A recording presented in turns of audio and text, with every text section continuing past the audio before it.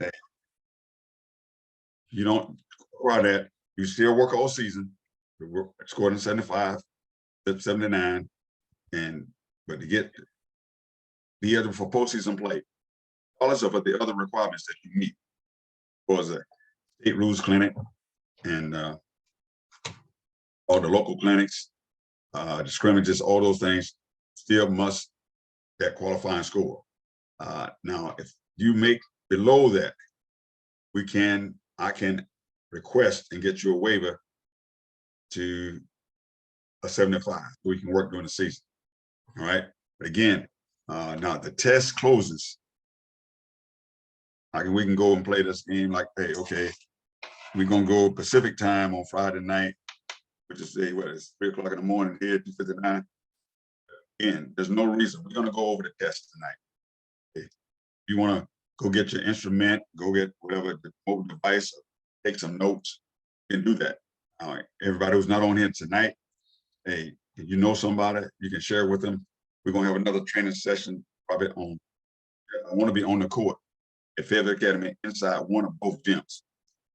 Once I get everything finalized about the scrimmage schedule, because I'll probably have some people, basketball leaders, basketball staff. I'll send you a message either late tonight or early in the morning before you wake up. About I want to meet a few minutes after Thursdays because I want to have some people do some different things on Thursday night as far as it pertains to the new and the old manual. The old manual, which is right now current one in place. Everybody here, for the most part, I only left out certain people, but everybody should have gotten electronic version of the manual. And that's this manual right here. I mean, I know some of you all have it already. You have it. Hey, that's well good because I'm gonna give some assignments every week. We're gonna have some things to go off of. Have a few flashcards, the signals we're gonna pass out. We're gonna have certain stations. I'll ask certain people. You've been to a sectional, if you've been to a regional, if you've been to a state championship, as we're gonna help each other. So I'm gonna have in the basketball, we're gonna have both gyms on Thursday. Those that can make it. All right, I'll send a separate email to those individuals I definitely want to be there as pertains to the attendees and also some of the guys I want to give some instructions. We're going to kind of go, hey, how we start the block and how we start the game. Basic, we went over the different lines of the court and everything like that the other night. Also, we're going to go how we doing free throws. Images that start on Friday night now. And they got flyers out. Clinton has a jamboree. St. Paul's has a jamboree this week. Freedom has a jamboree Friday night, 4 and 5. Some of next week, and still that to be honest with you. So they got there's a lot of moving parts. Again, guys, no matter what sport you do, our basic responsibility is keep the game fair, keep the game safe. So it would be at least a veteran official on every assignment, doing not maybe on the court at the same that time, but be there. And the thing is not to go. You got to pay attention to the game. The game gets rough. The game gets something. I expect that person to step in if need be. So if they tell you to tighten it up and let's do this here, we still had last week in football, one game we had 9. Okay. We had fights. We had that in soccer games. We had a soccer game last night at the end of the 10-1, and they had some red cards. Again, competition. People the first time now they get a chance to practice against other opponents themselves. They're throwing elbows and contact above the shoulders. We got to address all that. So again, if you get an assignment for this week, Friday and or Saturday, for this week, you definitely will get some assignments. Not everybody. Some are going to get the assignments. Hey, I expect the referee, whoever the referee overall in charge there, to conduct somewhat of a pregame and give you some feedback, either at the end of the quarter, at the end of the half, definitely at the end of your session working there. Now, I talked to several ADs today. In fact, we had a training session with the private school ADs, send some out to the public school ADs. The scrimmages, if you assign a scrimmage and a jamboree, the format belongs to the schools. Some are going to play like a regulation game. It doesn't matter what it is, because the scrimmage is a 2-hour session. You go there, and some of them, the jamborees are set for 1 hour, 1 hour. Again, so I don't expect to see, some may go a 16-minute running half, whatever, regardless of what they do, the person in charge, and I'll send it to the referee, will conduct that as get people in and out. And don't let, we're going to use the proper signals and the proper enunciation and those kind of things. If you're not shooting free throws, we're still going to report. Okay? We're going to do is 30-second timeout, 60-second timeout. Oh, again, some have supplied me the rules of the scrimmage. I will ensure, if nothing else, that the referee receives a copy of the rules. Right? When you get the referee is not able to make it, or something happens, I have to replace them. Again, before you leave for your assignment, make sure you look at where it is, because again, I explained it the other night, if the referee comes off the game many times, I will just move the U1 and make the U1 the referee. Or if I send you an email with the rules on it, it's not that you have to memorize them. Just, hey, when you go to the game, it looks better if we're the one versus someone who's in the game or coming off the sideline and telling what the rules are going to be. Because, again, it's going to be, most of the jamborees, they're paying. It's starting at 9 o'clock, starting at 10 o'clock, and running throughout the day. And same thing with the ones on Friday night. It started on that night, they're playing that night. To them, this competition. So there's no progression, because I'm gonna make sure they send me a flyer. But they are playing multiple games throughout the day. And I will tell you, if there's a player that's ejected, they're done for the day. Same thing with a coach. They don't get to come back and coach. I don't care where they came from, how long the drive is. And I'll say, I'll be sending those informations out. Again, we're going to do it just like a game. But some of you know the uniforms have not come in for some schools, but we're going to still report a number. On the call today, one of the private schools ordered the uniforms and say they had a couple of numbers, 17, 8, and it asked me, could they, these are some real games. Some of you are going to get real game assignments for next week. Again, we're going to have to fix those numbers. We're not going to let someone play with illegal equipment, improper uniform. I told him, because he sent me the numbers. He said he only had a couple. And he sent me the list, he had 6. Again, we're not going to do, hey, you're going to get some tape, something, we're going to make a fix. We can't let people play with illegal numbers of equipment. Again, now, anybody got anything for the group before we start? I'll get a couple other things. I'm going to go through a couple of emails while, but we're going to kind of go over the test. We're not going to, it's not to just teach the test. It is some tricky questions or some things we need to discuss. And we have several members in our association that got 100 on the test. Well, it should be, some of you have got your rule book handy, or got things. Again, I want to start off with everybody being eligible. Not, let's say, teach the test, somebody going to take the test, you put it up, we're going to go over the questions, not necessarily that, and we're going to say get to the right answers. If everybody don't have a question on any particular thing, we're going to keep it moving. It's going to take as long as you want to, but it's only 50 questions, which is good, because those are multi-sport officials.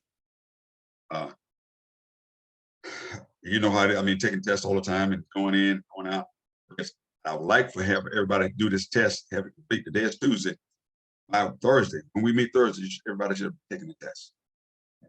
Everybody should have taken it and submitted. You don't want to get on Friday and try to think now something goes down, if it's electronic thing, and don't put yourself in that position. Key date for everybody here, if you have not attended the state clinic, say that. Didn't look today yet. I looked tonight, but as of yesterday, And we had to the meeting we had on Sunday over at Ev Academy.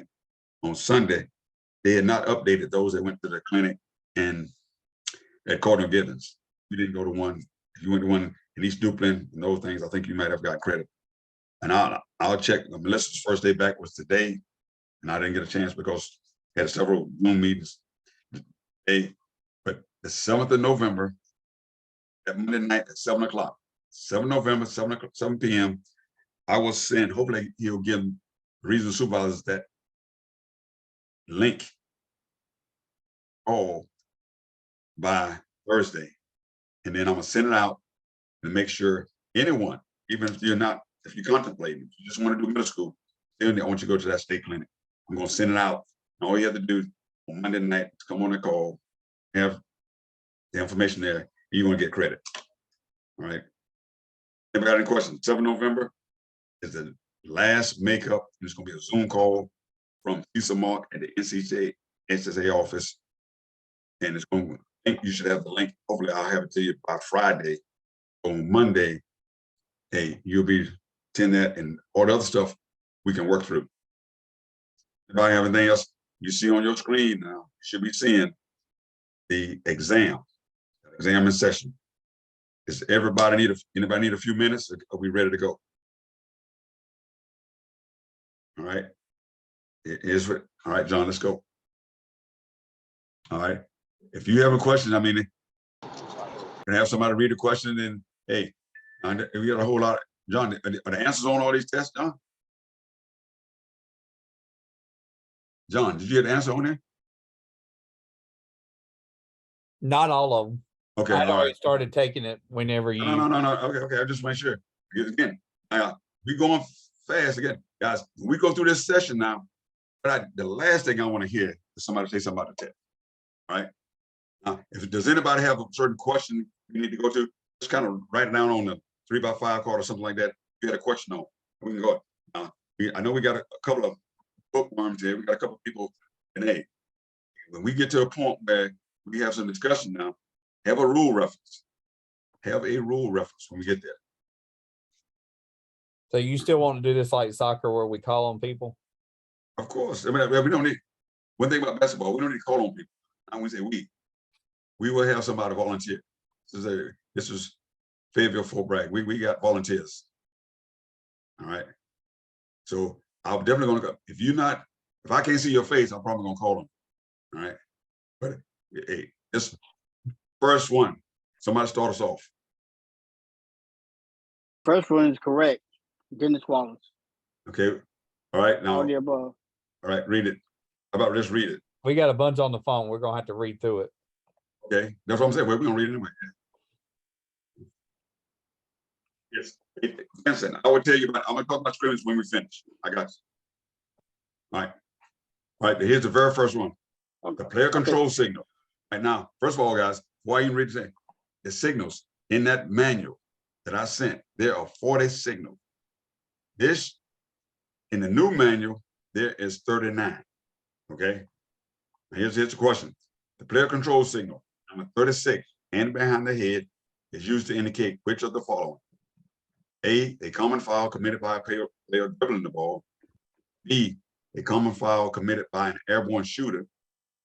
C, common foul committed by a member of the team that has control of the ball. D is all of the above. Dennis Wallace got it correct by saying D. Again, this year, guys, and we're going to demonstrate this. You guys, those of you who work in the summer at Richmond, at Grays Creek, you can appreciate this. It's not just. Hey, if you did that, hey guys, we still using what? The punch. We're not gonna do that. We can point, but it's the player control file.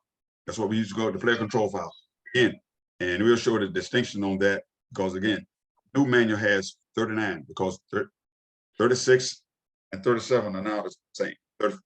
Those two is just one signal. All right, number 2. By definition, which of the following is not considered a violation? A, travel.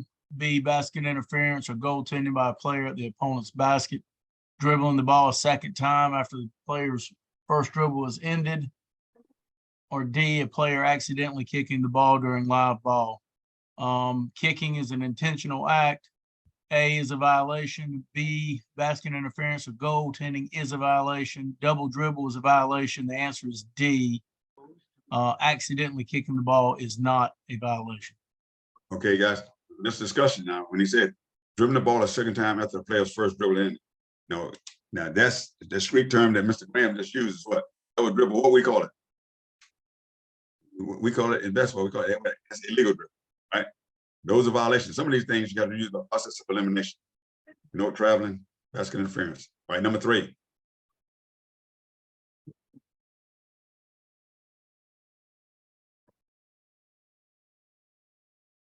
Three, the ball is awarded out of bounds for A, team control foul. B, held ball after alternating possession procedure is established. C, common foul before the bonus rule is in effect. And D, all of the above. D, all of the above. Any questions? Number 4. A player holding the ball. Player holding the ball. A, may not touch the floor with any other body part. B, shall announce which foot he or she will use as pivot foot. C, may touch the floor with a hand. D, may kneel with non-pivot foot. C, may touch the floor with a hand. Everybody understand that? May not touch or announce. Okay, number 5. The head coach is a technical Says sporting act conduct committed by an assistant coach. A, direct. B, indirect. C, flagrant. D, none of the above. C, indirect. C, is it C or is it B? B, I'm sorry, indirect. It's an indirect. All right, everybody. Assistant coach gets the tech, the coach gets the indirect. Now we're gonna go over technical fouls, guys, because hey, now I'm gonna tell you how many types of technical fouls and who, and that, you know, it's administrative technical, bench technical, and other things, but that is, I answer. Everybody understand it? Because who's responsible for the bench? Coach. the coach is. All right, number 6. After coming to a stop when neither foot can be a pivot, A, one or both feet may be lifted but not returned to the floor before a pass. B, neither foot may be lifted before the ball is released to start a dribble. C, one or both feet may be lifted but not returned to the floor before a try. Or D, all of the above. Is D all of the above? Everybody understand about the jump stop? And that's what it sounds like, right? Jump stop, and neither foot can be a pivot, just like even before you start. I mean, it's all right, we're gonna get someone out of blue arrow. I don't trust that person who answer these things now. All right, don't get tricked. I'll be the first one. All right, who's number 7?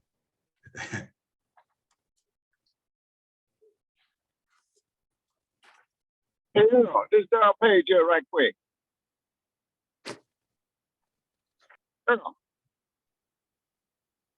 Can everybody hear Daryl? He's breaking up. Daryl, go Which back. of the following changes to the scoreboard?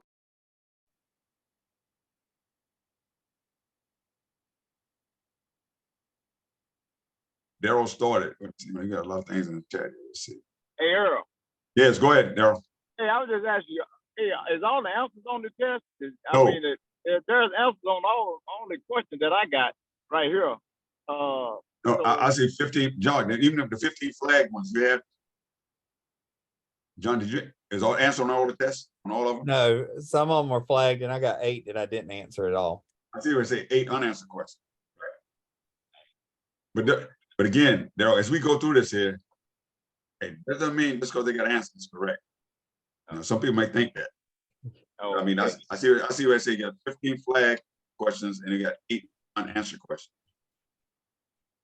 Oh, okay. All right. I stopped doing this after we decided we were gonna do this. All right, go ahead. Wayne, would you read? Wayne, unmute yourself, Wayne.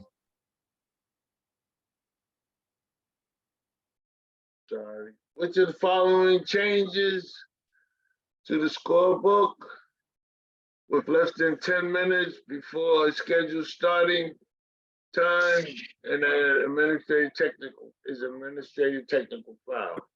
A, adding a name to the team member list. B, changing a designated starter except for illness or injury. C, requiring a player change to a number in the scorebook. D, all of the above. D, all the above, but we know who we working with, guys. The book may not be correct till a minute before the game. And again, let's Gotta just, work with these kids, keeping the books. all right, guys, as we go through this here situation, I got a call last year during the game and they had to do this thing. But now what if between games, and I say that between, we got, whether it's a women's game to the men's game or just from half, when they got that thing going on, first game, they have not just the JV to the varsity, we go 4 games. It's gonna be time. Is it when the names are in the book, or what if they have the roster there? Because we have people here, we officiate the game. Now, we don't officiate it, but there's times where the roster, once they give the roster to what? The scorer. If you go there and the name's not in the book, do we assess the technical foul? No. Oh. Okay, again, I'm saying it's happened now. Now look, don't go in there and say, hey, now this is for test purposes. They say, look, all about what we're not going to do is that they have the roster. Some of us been on games where that was the case. The other team, look, it's got to be here 10 minutes, or you're gonna get, look, again, as long as the roster is there. They may have started writing it in, or just one person went to the restroom and come back. We want it to be there. That's why we want to keep in line with our timeline. 15 minutes on the court, 12 minutes for the captain, 10 minutes for at the table. Right? Do that 10 minutes. Hey, we don't want to start the game off. It's not like football. Every time you go to a football game, we're gonna start off with a kickoff. Regardless. We like to start the game off with what? With a jump ball. Okay. We know John can do some other things. So again, they need to have the roster in. Somebody's writing it down. Where's the starters? All that stuff. So let's use what we call common sense. The roster, you can be just trying to transcribe. Number 8. Al McCray. A trifle field goal is an attempt by a player to score 2 or 3 points by throwing the ball into A, the opponent's basket, B, a team's own basket, C, either basket, or D, none of the above. Correct answer is B, a team's own basket. Now, this way, John, before you go over there, here's what happens on. Okay. Now, in the first half of our games, not the NBA games, the first half of our games, your team's basket is where? The basket farthest from your bench. Okay. Opposite, yeah, right, yeah. Right? Hey, it's gonna be right. Again, understand now. We didn't get that hell ball. Hell ball is not going toward the team. It's going toward what? That basket. We have a hard time sometimes in the first half of doing that. Hey, whose ball is it? Hey, who had it last? So we start pointing. And when we set that, the team's own basket, that's where you're gonna score what? That field goal attempt. So again, the second half is kind of easy for us all the time. So when you line them up for those jumpers, you won. Don't just be there going through the motions. They line them up. Even when we bring the captains out, we tell the captains to do what? Face their basket. All right. Just have a comment. Earl, let's talk about that. In the event that we line them up and they go in the wrong direction and baskets are scored, once we realize that we're going in the wrong direction, we will make the correction, get them going in the right direction to their own basket. But noting that we have made the mistake, all baskets, all points, all fouls up into that point is valid. Everything remains the same. The only thing that we would do is make the adjustment and get the teams going in the right direction. Now, I have Alan, go ahead. Get another question then. Go ahead. And piggyback off of that, if Team A scores in Team B's basket, it's only for 2 points, regardless whether he took a 3 or not. You can't score a 3-point shot on another team's basket. To prevent from happening, if you get the backcourt Thank you. possession at Thank the game when it's tossed, then you can avoid that problem. Hey, Cleo, great point. I'm just saying, if I know, but here's the thing. Hey, good discussion, guys. Let me tell you something now. But here's what happens. I mean, sometimes I'm gonna have observers there. If I'm there, you get that backcourt. I mean, it looks like what does it look like to a basketball person? I mean, like I say, if it happens in the JV game, if it happens in Boston, if you get the backcourt, you probably saw what? You probably saw them lined up wrong. You catch that, yeah. you catch that, like, oh, again, we don't want to be part of what? We don't want to be an accessory. Bill made a good point about, hey, that person goes over there. Wayne made a good point about it. But you tag the 3-pointer, like that's a 3-point shot. You throw hands up, goes in. Now you're gonna get together and go give them 2. If the game starts off that way, how much credibility the crew gonna have? none. So again, guys, take your time. Like I say, no one person on the game. Hey, when you go out there, even when we do the captains, sometimes we can have a tendency to say, oh, no, we're just going to bring them out there. Let's don't be in a rush. Get the captains out there and tell the captain, even if the referee is over checking the book, the scorebook, line them up, hey, and they're making sure they face their baskets. So that's when they come out. Again, we're not in a rush. They blow the whistle, get everybody, put your hand up. Again, all those things can happen, guys, and we got to prevent that. But what happens is, we start the game, it's hard to get that credibility back after that happens. All right, good discussion. Go ahead, man.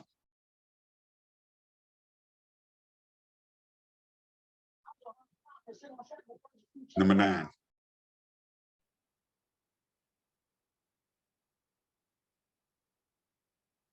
A substitute becomes a player when A, the substitute reports the scorer.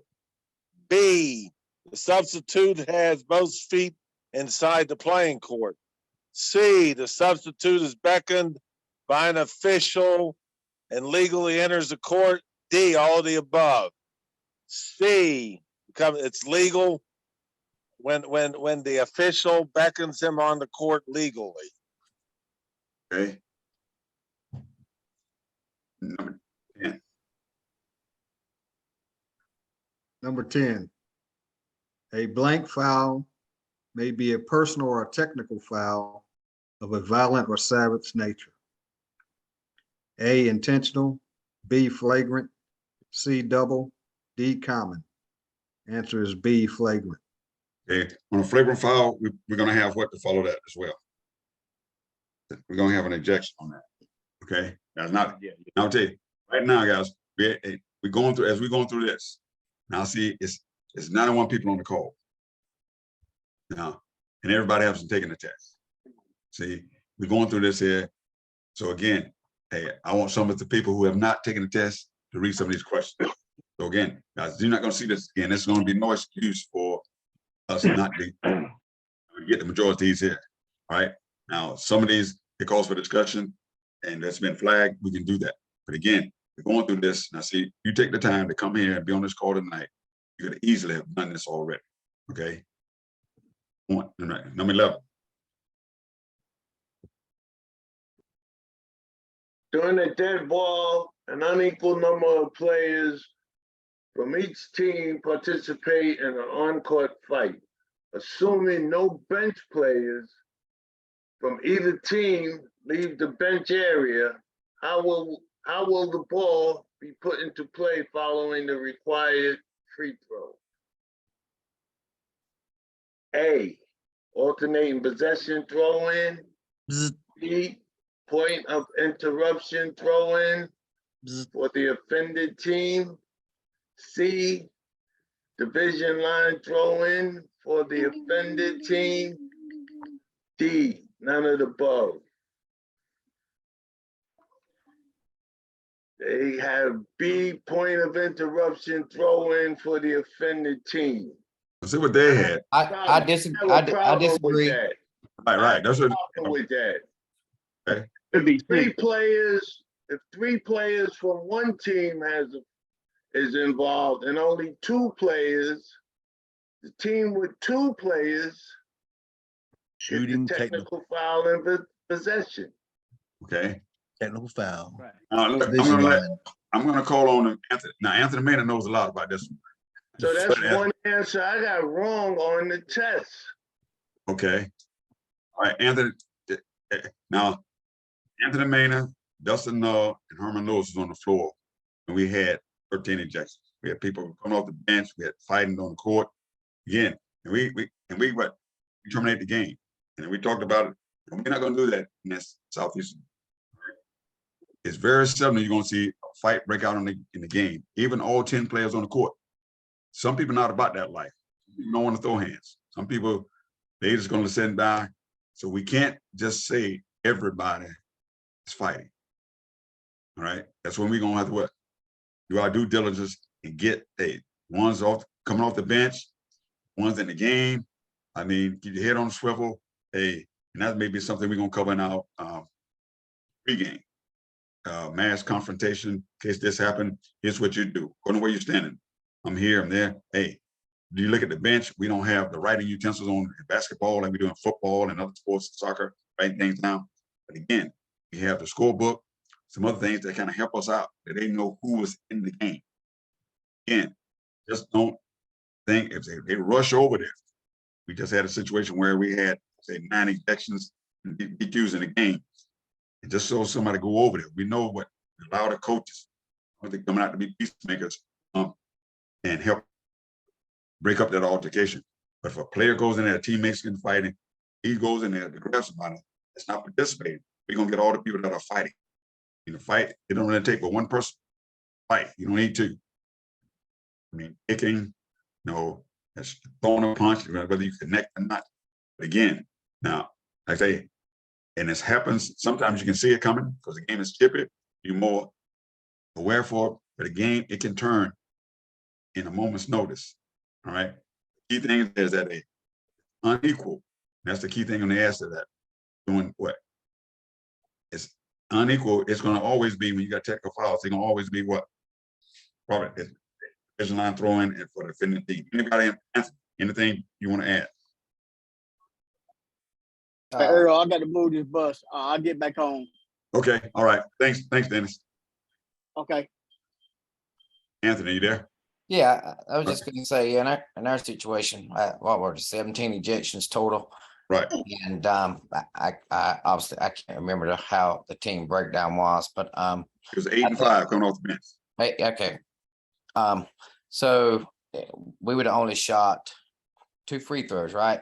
Correct. And we, I think Dustin and Herman and I, we had that discussion, and I don't even know if we were going to have how many players we would have remaining to play for each particular team. But if the ADs come and tell you they're not playing, by all means, you can't tell them, yes, we are going to play. Right. And if they say we're not going to play, we're not finishing the game, that's all you can do. Right. But when you go there at the table, hey, you have to explain that. That looks good. I mean, because the coaches, or the players that was on the bench too, they didn't move. They can play, and the players on the court weren't doing anything. Does it look kind of odd? Did you playing 3-on-2? Did you playing 4-on-3 or 3-on-3? But again, because what the message it sends is that this is high school athletics. The kids that doing the right thing, why are we punishing them? Okay, if my son or daughter's on that team and we're gonna get the what? We put the bad actors out of the game. But we go back and we tell them, this is what we're gonna do. Now, one team, that's all, you don't need both. one team said, look, they refuse to play, we're gonna put that in the book. Start the game back with 2 free throws for team B and throw in at division line. Hey, team, we're gonna write in the book. Hey, look, they decided they didn't want, hey, because again, somebody's gonna answer that. Because North Carolina High School Athletic Association, we don't have it. That's not a game in the procedures. To say, hey, okay, we don't want to officiate no more. We authorize people to play. I mean, the decision, anytime they want to do it, they want to be like a Roberto Duran and say, no more, they had enough to begin.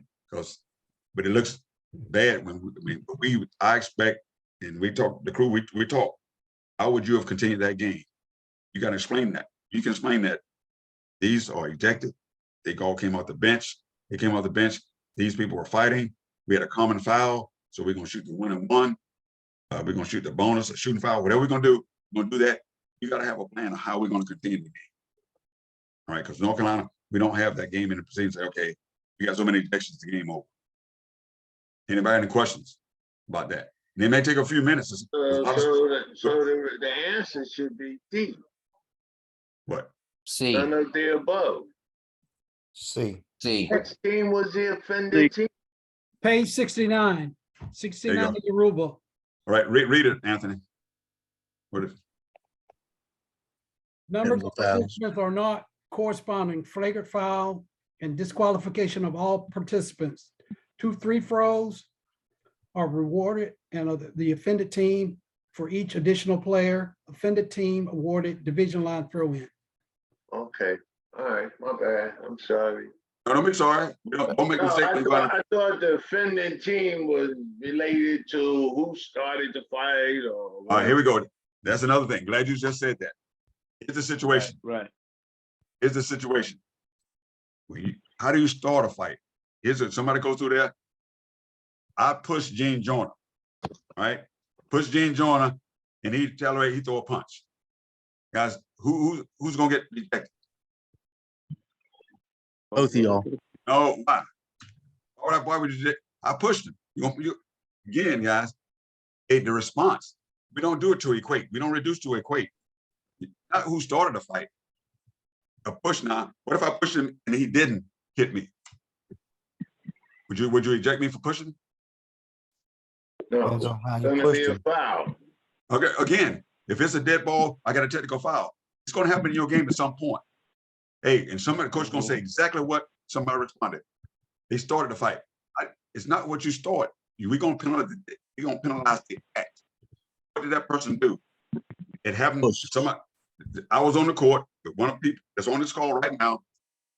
One person pushed the other. It's in a women's game, and push. Boop, we got a technical foul. Other person comes back and pushes. Guess what? And we ejected one and gave the other one technical. And guess what? The coach loses his coaching. A lot of things happen in the game, and they'll say, look, she started it. What did she do to start it? She pushed. We had a foul. That was a technical foul.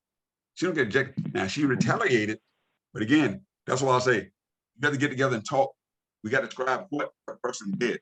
Starting a fight. How do you start a fight? If somebody start a fight by standing over someone, taunting them. Taunting is ejection. We don't say they started the fight. What does starting the fight mean? Everybody else? Do you have any other comments about that? Because again, that's why we talk about this here, not by just getting the answer right on the test. When you see it, you're going to penalize the act. So you have to do the report. When you say they started the fight, and then, like I say, with that, this ejection is a legal document. Okay, describe how she started. She pushed. Sometimes you go around and just chicken wing somebody. They hit them. Was that by itself an ejection? No, because the person hit them. Now I get ejected for doing what? For being the first person. We always don't get the second. Hey, Earl, Earl, this is Lamar. Can I interject? Well, So I hear that, but I think it's one of those things where you have to be there. It's a difference between a push in basketball and a push where it's to precipitate a fight. You know, I don't have to punch you in the face, but I can run up and push you with both hands to the face, and I'm still going to consider that the starting of a fight. Okay, no, but see, here's I'll tell you. When you say that, how is that? So in other words, how you push me is gonna determine what my response gonna be. Are you saying? Yes, because No, if no, no. I come up and No, I Lamar, push what you I'm saying with is both that- hands in the face, look, that's not a basketball play. You're right, okay. you're outside, and I know this is subjective to us No. being. Here's what I want you to do. Come on, here's what I want you to do. Y'all say every time we do an ejection this year, it's gonna come to me first. You're gonna hit the narrative. If you say that person with a flagrant push, I'm in Yes. the air. I'm Right. what? I'm defenseless, right? That's why I say we don't tell about it. Doesn't matter. What if I'm in the air, you push me? What if I don't retaliate? I'm on the ground, I'm hurt. Yeah. We're gonna say flagrant. That's why I want to have this conversation. It's not to start a fight. You push me, and then Leon Price comes over there and hits you. Oh, I mean, you're gonna be removed from the game or ejected from the game based on your action. It's the Correct. defensive player in the air, two-hand, flagrant push. So I'm not trying to get people English class, anything like that, but we got to be described that look, that act alone. And normally when you do something one time and you get removed from the game, normally that's a defection. Because most times you got to do what? Get two technicals, this here. So again, you make five fouls in the game, that's a disqualification. But one act gets you out of the game, that's normally gonna be an ejection. Again, so I don't want you to say they started the fight. But if he did something or she did something that so agrees that was excessive, that stand alone, that's why they eject. They use profanity. Well, it doesn't matter. When people say, well, we don't want to ban, we don't want to just consider only the retaliatory event, because they might not, person don't retaliate, that person still may need to go. So, no, when you say start a fight, that action may what? Precipitate the altercation. Because no matter what somebody does to me, it's how I respond. Trust me, I'm at the games now and I see you all out there, and I'm glad y'all don't respond to everything they call you. Because again, look, people call me a lot, say a lot of things about yeah, so again, guys. Put that in there. You don't need to. All right. So again, but that's why we need to talk about things. Because look, when you say started a fight, I will ask you, well, what did they do to start it? Okay, that act itself cause for an ejection? No, because the person, sometimes we look for what? Results of the play. Person gets hurt, person gets that. Then we can say, we got time to say, okay, get together the crew, look, because we look at it. But just because somebody attack, because some people, you don't have to do much to them to get them going. Some people from different parts of the country, they don't take much for you on that social media. They start talking, the next thing you got hands to talk. But anybody got any other comments? Would it be correct to say, I agree 110%, that first act, we can get them as flagrant. But if person B retaliates, different circumstance, the consequences are the same for that particular night, the rest of that game, but consequences going forward for the next couple of games are different, correct? Right. Exactly. Say, not do that. And you know things, these are what? Young adults. A lot of things, guys. The game is different. I mean, we got crowds and look, hey, they want it. You hear them say, look, don't let them push you. Push them back. Don't just say, hey, you hear those comments. I mean, guys, we might see some Mark said the other day, but no such thing in the rule book as game management. Hey, don't lose control of the game. You call it ticking time. Hey, when you call it too tight, you want to let them play. The next thing you get too rough, hey, it's your fault. So again, it's got to have that balance in there. So, okay, and they say, that's exactly right, Mike Garrick said, you say starting to fight, but again, we don't want to precipitate, because what we do is sometimes, a lot of times, is reactive versus what? And but we can be proactive. We anticipate the play. We don't anticipate the call, because we don't want to get to that point. So use all the things in your toolbox. Again, but when you say this person started the fight, well, if they start a fight because if they swung first, that's right. There's only one person fighting sometimes, because they will always tell you the way they do appeals now is that the official will make the decision, disqualification or ejection. Most time I'm gonna tell you it's gonna be an ejection, and then they will have to appeal to the regional supervisor. It used to go to the state. It will appeal to me. You're on the court. I want you to trust what you see. I can't ask you to unhear what you heard. unsee what you saw. So again, I want to ask you to be very descriptive. What did number 21 do? He started. No. How did he start it? This is. In the first quarter, they said, wait. So we're gonna address 100% of misconduct. Even if we don't, hey, somebody walking across court, they turn around and do anything, we're gonna address 100% of misconduct. Even if you don't penalize it. Look, if you think somebody what we have during the timeout, all times in the first, especially in the first half, the teams that call timeout, they're crossing each other. Okay. Hey, you got to stay there and watch them as they pass each other. Sometimes we quick in the rush to go up, go report the timeout. You got guys bumping into each other, young ladies are bumping into each other, they saying things. We miss that. Somebody going to somebody else's huddle, saying about certain places. So again, when the ball is dead, that's when we do it. That dead ball officiating. So, but again, starting a fight, let's get the first person, let's get the first act. And that we just ask. That's why we ask the players sometimes. He said this to me, or he did this. Okay, look, let us handle it. Because guess what? If you take it in your own hand, sometimes the person who's retaliating gets the what? Biggest penalty. But we don't do things to equate. We have to based on their act. So the other day at a middle school meeting, person used the derogatory term, used profanity and a racial slur. And the reason for he didn't do it is that this person talked about his mama. So he cussed him out. Called him a BA. Hey, guess who got ejected? The player that did it. The coach says, the official, when he told him, when you talked about my mama, I would have said it, okay. You're gonna be next. I mean, again, it's not what happens to you, it's how you respond.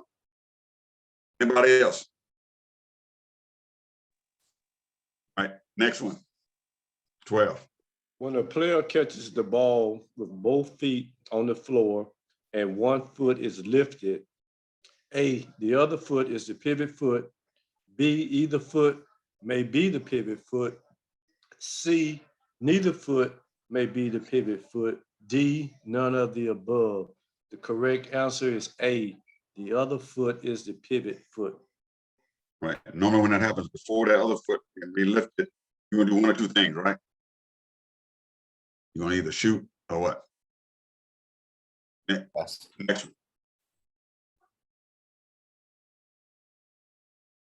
Shoot or pass. All right, there you go. The next alternating possession. An alternating possession throw in is results in when A held ball occurs, B, a live ball lodges between the backboard and ring, C, simultaneous free throw violations occur, D, two opponents simultaneously cause the ball to go out of bounds, E, all of the above. All right. The correct answer is E, all the above. However, guys, when this ball and B, when it happens in B, live ball lodges between the backboard and the ring. Many times, what do we see happen? The team that what? It's on offense that causes the ball, the in possession, the time that ball does that, what do we do a lot of times? We give the ball to what? Back to the shooter? No, the ball gets in there. We give the ball to the other team. I'm telling you as a the defensive team. right. They're supposed to go to possession now. I know they do. That's the right answer. I'm saying again, guys, I'm in this, and look, and what happens is that happens a lot of times. And sometimes I've seen it twice last year. It happened, and guess what? The crew got it right. The person in a rush to get it, they get automatically because everybody in the stands. We're playing sandlot basketball. If I cause it go, there's no alternate possession. Sandlot. You know what? We are the defense team, like Russell. They get it. Then the other person comes over. And we want to get it right, but don't be in a rush. It's the possession error. You know, those things happen, but I've seen it several times, at least on 2 occasions, no one said anything. But again, let's get it right. That's the possession error. All right. And one of the things is say two opponents simultaneously cause the ball out of bounds. That's, most of the time you make a decision. Trust me, one team, it doesn't matter. I mean, we don't have the review. But again, like I say, those are times, but all those is alternating possession. Right. 14. Correctable error. Bruce, Wait, Bruce got something. Go ahead, Bruce. I said if official needs some clarification, if the ball simultaneously hit both teammate opponents simultaneously going out of bounds, and if an official knows knowledge that which one hit it out of bounds, then we shouldn't have to go to the alter possession unless they do not have known knowledge. Right. And guys, again, those that do baseball and other things, they say what the tie goes, that myth, you're just gonna make a call, guys. I mean, hey, if it says, hey, there's nothing wrong with to get together. We're not trying to overrule somebody's call. What my thing to everybody here is I want you to get it right. But if you remember on Sunday, we went over what? Who lines? If it's your line, in line, sideline, division, if it's your line, that's your call. But I say Bruce just brought that up. So if it's Bruce's line, he has simultaneously hit. I go in, I will give Bruce the information, hey, that I saw. I don't stand there and wait for Bruce to look at Bruce. That's what it did. No. You get information from me. I will finish, and I'm gonna go back to my position. Bruce he'll blow the whistle, and he'll either indicate it's a help, we're going to alternate possession, or he will point in some direction, and we're gonna play ball. I'm not gonna be there. I will assist. We're not gonna insist that, hey, no, that went off 414. No, I'm gonna go tell him. This is what I saw. He will say, thank you. When he hear that moment of silence, don't let him take, all right, go back to your position. Just give it the information, then you get out of there. And let the polling official make the call. Okay? I mean, because that's their call. And that thing is to get it right. Okay, you can. Next. Correctable errors involve A, failure to award a merit free throw, B, award an unmerited free throw, C, permitting a wrong player to attempt a free throw, or D, all the above. D, all the above.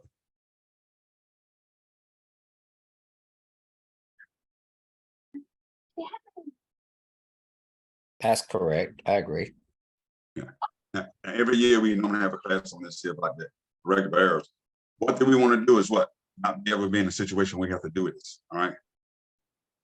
You hear that? But most of those times is what it involves a free throw, 4 to 5, right?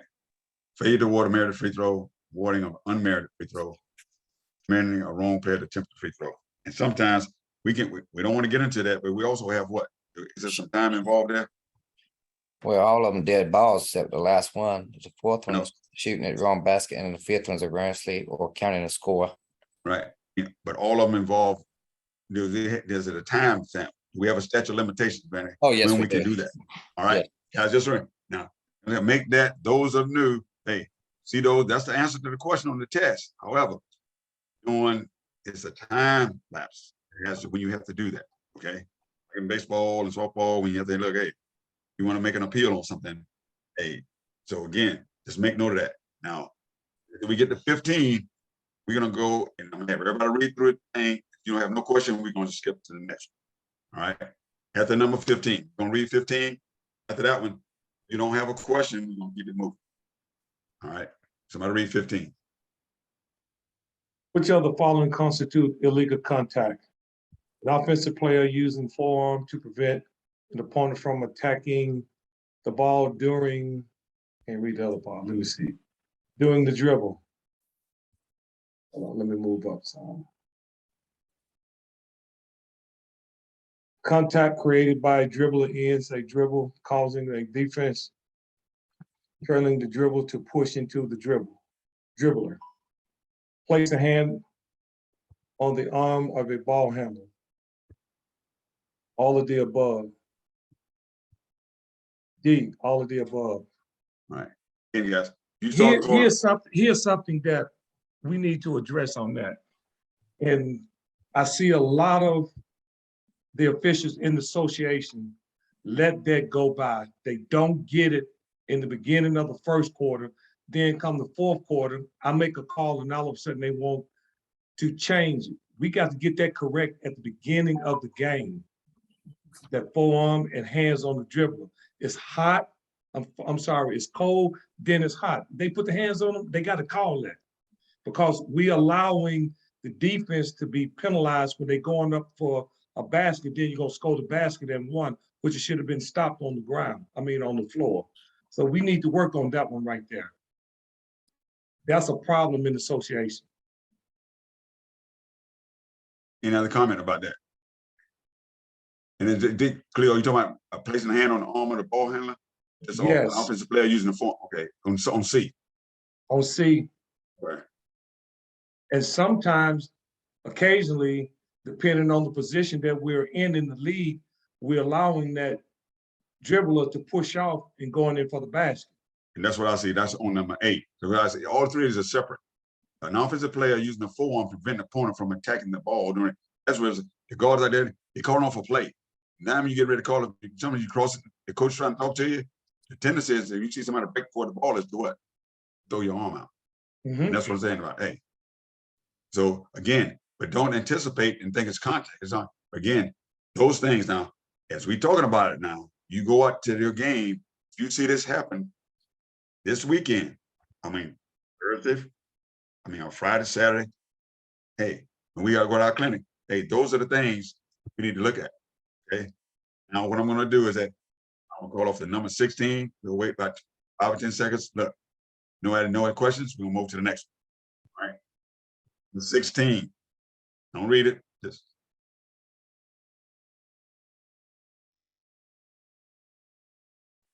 All right, no questions, next. 17.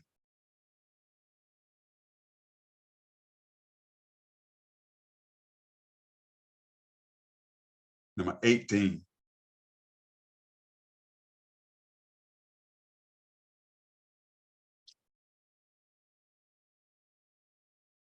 Number 19.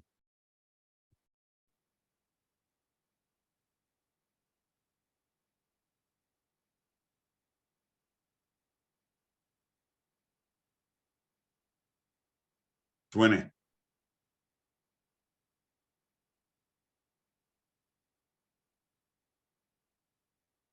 I think 20 was worded poorly about the undershirt. The undershirt being the same length. If it has sleeves, the same length as what? It's supposed to be both sleeves are the same length, right?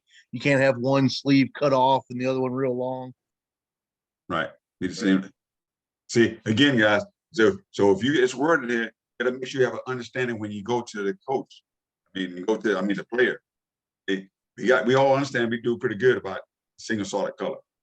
All right, we got that, and what? Similar to the color to the torso of the jersey. We do it good. Now, let's police this up during the scrimmages and during the jamborees. Let's police it up. Are we gonna be, if you're a team coming there, they got the white jersey. Again, if you're in a team in white, I get pressured. Look over there and they see the white. It's an advantage, disadvantage. We're not gonna tell them to make them take shirts off and do it. But again, every time we see a violation, we're gonna bring it to the captain and or the coach. Coach, regulation game. It's not fouls now. On the uniform things, we're not gonna let, now if it's a safety thing, we're not gonna let them play with the cross-ring out, stuff like that. Those are safety things. That t-shirt is not a safety, but I don't want any player, any coach to think, hey, their uniform, I'd rather that they play multiple games, anything. Yeah, they told me in the first game. Well, we got a different coach. I'm just letting you know, not gonna allow this. It's not about, hey, we know that's what a playing thing, but safety stuff we're gonna get. But that's what it says, be the same length if it has sleeves. That's what it don't mean if two players, number 21 and number 22, it don't mean those two different players. Some people think like one person got sleeves all the way down to the wrist, the other one has same length with his own biceps. You got to be same on that particular player. But number 21.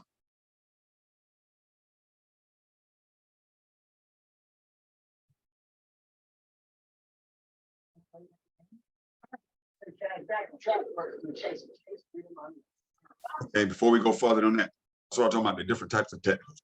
We're gonna get a class. We're gonna go through that, so we got to know exactly. We'll cover when does a coach lose his coaching box privileges. Number 22.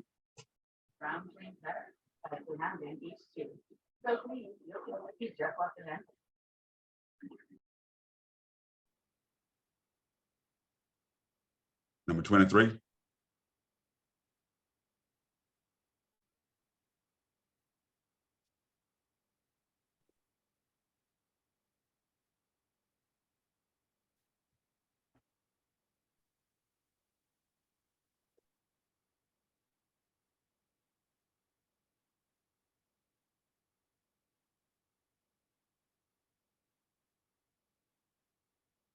Now, John, let me ask you right there after that.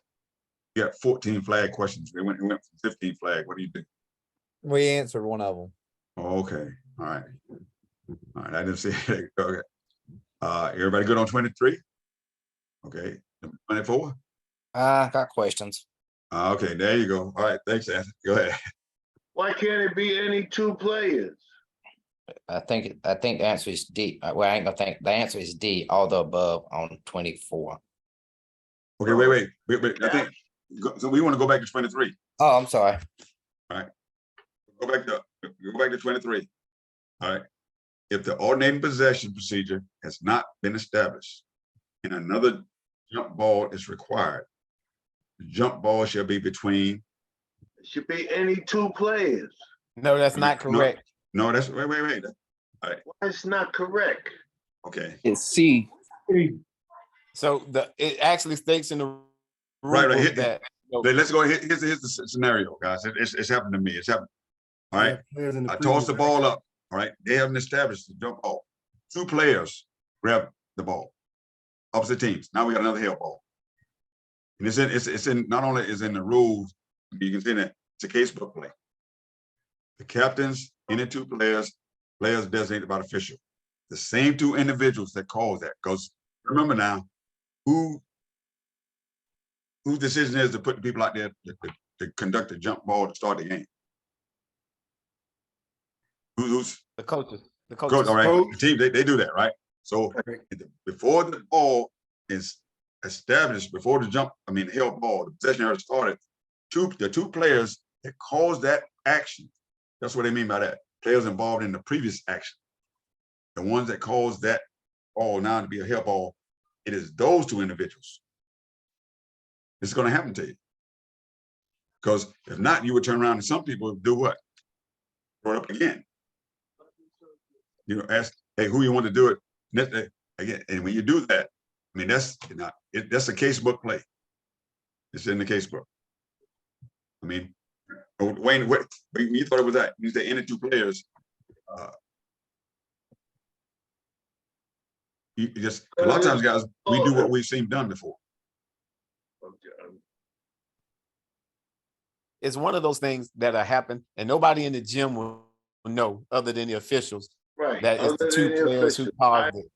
I agree with that. But I'm just saying any two players should be able to jump. No. No.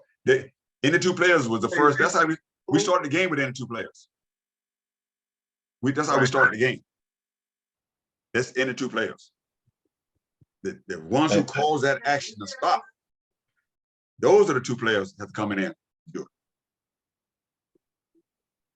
Hey, back in the day, it used to be every held ball was a jump ball between whoever were holding the ball, and so it's like a throwback to that rule. Not only that, and where would the jump ball be held at, Mike?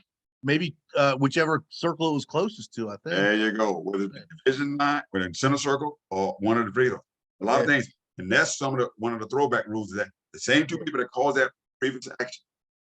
Yeah, I'll get that, fellas. Make sure I get it to Mr. Lassane. It's going to happen in one of his games. I've had tiny little point guards going, "Oh, I've never done a jump ball." Well, you got that. I had a brain lock. Right. Okay.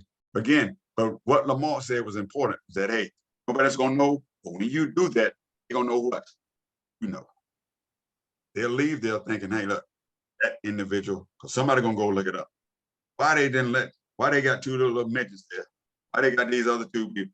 Hey, they're doing because that's a by rule. And that's what I gotta say. By rule, coach. These two people, because the possession error had not what? The name possession had not been set. These are the two individuals that caused that to be another held ball. prior to. Now, if they knocked out on one of them and both those in again, prior to that. That's why I said a good discussion. Anthony, go ahead with number 24. 24, Mm-hmm. that should be all the above. Okay, how about read it? A team is in control, doing a pass between teammates, that's true. Doing an interrupt dribble, that's true. When the ball's at the disposal of a player for a throw in, that's true. So D, all the above. In a discussion here.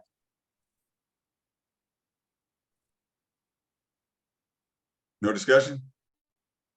All right, 25.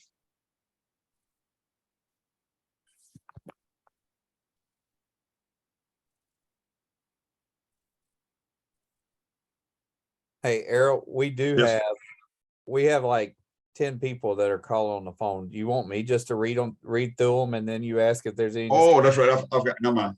I got it. Hey. Yes, Don, it took them that long to figure it out? Okay, so they can't see. That's right, I got it. Yeah. A tap for goal is the contacting of the ball with A, hand, B, head, C, arm, D, all the above. All right, stop right there, John. We're not gonna give them the answer. Look, looking at it. Yeah, that's the question. Did anybody on the phone have a comment? All right, 26. A technical foul is A, a foul by a non-player, B, a non-contact foul by a player, C, an intentional foul while the ball is dead, or D, all the above.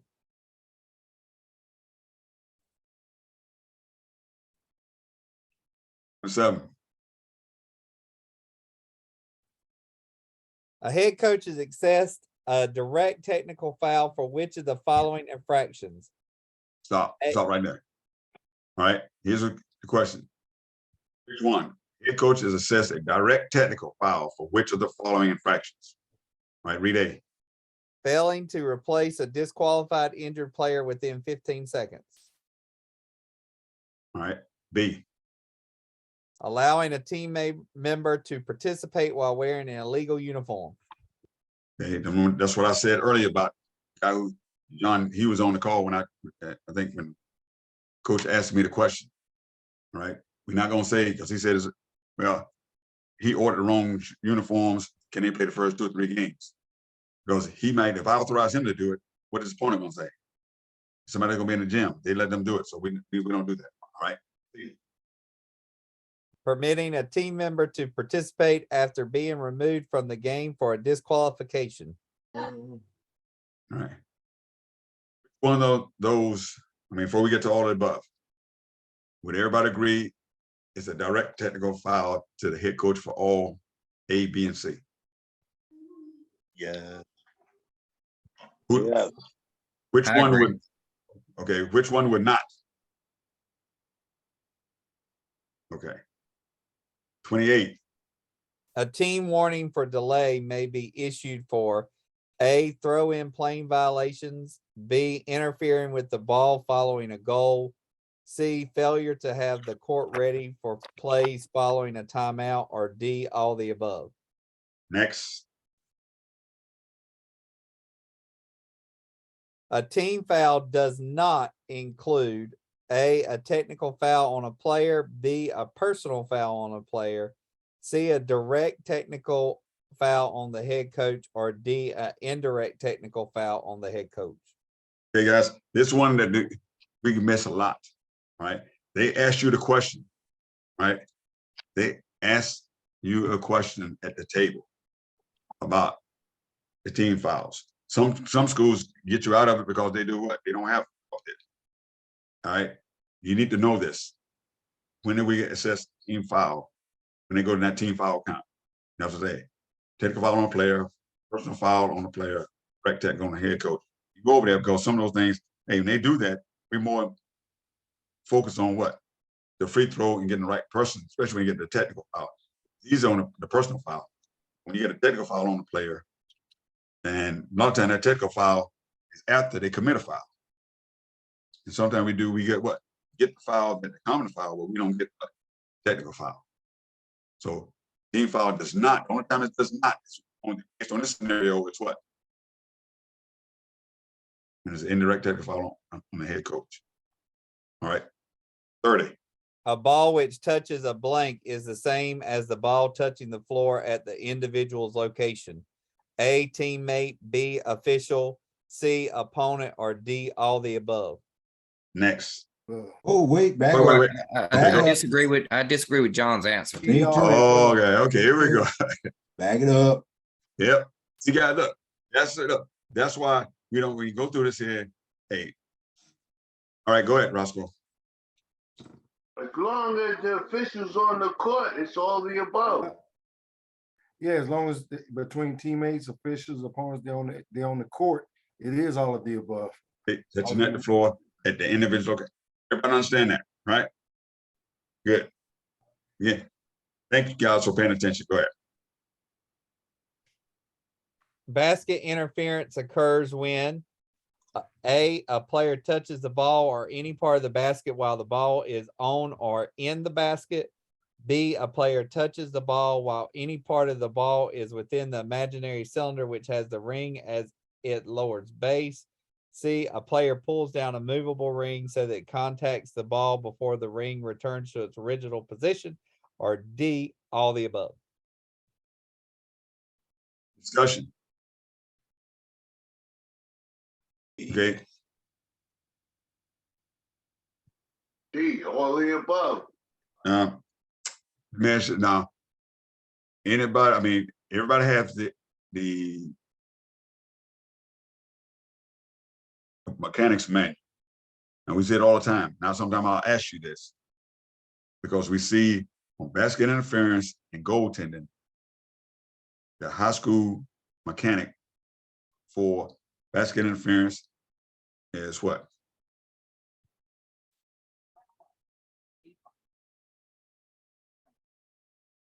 Basket for goaltending is what? You stop the play, and you award the goal. Right. Now for goaltending, what is? When you say stop the play, all we got is like a violation, hand straight up, right? You blow your whistle, put your hand up to stop the play, and you score the goal. Oh, that's for basket interference. Okay, what about goaltending? I see it when we do in the NBA. We do we the balls in the cylinder. That's not an authorized signal. No, you just count the goal. No, you do it like that. Same thing as on basket interference. It's a hand up, we got a violation, right? Right. Hands up. I say again, guys, but in the games, and mainly we see it, we don't see it, we see it a lot in the boys' game, varsity. We sometimes see it in the boys' JV. Guys play above the rim, stuff like that. To get there, a lot of times we use the signal as what we see in the NBA, like the ball's in the cylinder. No. Right? I know you're saying. Stop the clock, Goaltender, then you what? Earl, goaltender got to Yes. be when the ball is coming down from the ceiling. It got to be coming downward. Right. Then, but what we do on the indication of it, I think we do a good job of recognizing it. And again, we're gonna get some definition on that as far as the goaltender, where does the ball, and sometimes the ball has what is either to touch the basketball, and also it should be what Bruce says coming down. So it's coming down, the ball should be at least what bottom of the ball should be where? Probably it should have reached what? Above the cylinder, correct? Most of the time. And now I say Bruce made a good point, and we'll get back to that at a later time. We're gonna go through this here. But Bruce did good observation because he says it's coming down. The ball never made it above. How's that go down? How's it gonna get? You think the ball's going in? But anyway, okay. All right. Number 32. 32. A team control foul is A, an intentional foul, B, a flagrant foul, C, a technical foul, or D, a common foul. Next. 33, point of interruption is a method of resuming play after A, a double personal foul, B, a correctable error, C, an official's inadvertent whistle, or D, an interrupted game, E, all the above. Okay, that's when you looked up, but you didn't know that. Yes. All right, 34. It is a player technical foul to A, place a hand on the backboard to gain an advantage, B, intentionally slap or strike the backboard. C, grabs the basket ring during a dead ball. Or D, all the above. Now, in doing that, guys, now look, listen, and it's something about every one of those comments. I mean, all those statements, A, B, and C. In A, it said place a hand on the backboard. Advantage. No, to gain advantage. That's what you gotta look for. Those last three, not just because it's on the backboard, but what? What Roscoe said, to gain an advantage. Gain an advantage. Hey, intentionally slap or strike the backboard. Now, if you up there, I'm going, right? To those guys talk, you're going in the process of trying to block the shot. It says here what? Intentionally slap or strike the backboard. That's what it's saying. I think Lamont said somewhere, hey, you have to sometimes see it because somebody tried, because they'll call me. Mr. Earl, they say they slapped the backboard. What? They don't tell you what the ball was. What was they doing? But the guy was shooting on that. I'm going from the left side of the basket, and then this other guy, you slap the back on the right side. Hey, of course, we don't have a technical foul. But see, I always ask, get the whole context. And I tell them, if sometimes people ask you a question as a basketball official, they need to tell you, he slapped the backboard. Okay, what else? It's not solely by itself. You know, they grasp the basket, but bring what they said on the dead ball. But he grasps the back, he's going in, then the ball's live, somebody coming underneath him, going to fall down, cause into someone else or hurt himself. So again, look at the whole thing. All right, next.